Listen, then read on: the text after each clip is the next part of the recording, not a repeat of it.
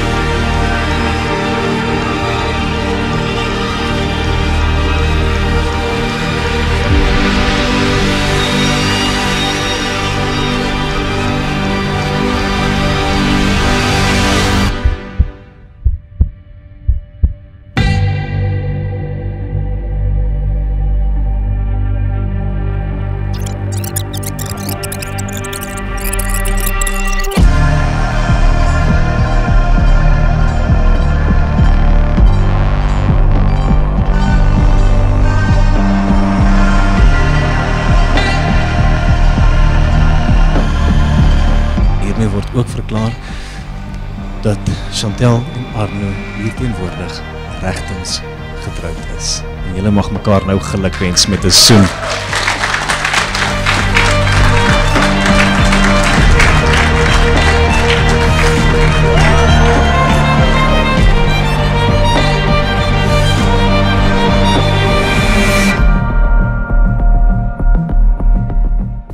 Oom met my bewys dat 'n pa is nie iemand wat jy met bloed deel nie. Dit is iemand wat daar is vir jou en oom was daar vir my en ek is so bly en ek is so trots dat oom 'n pa vir my is.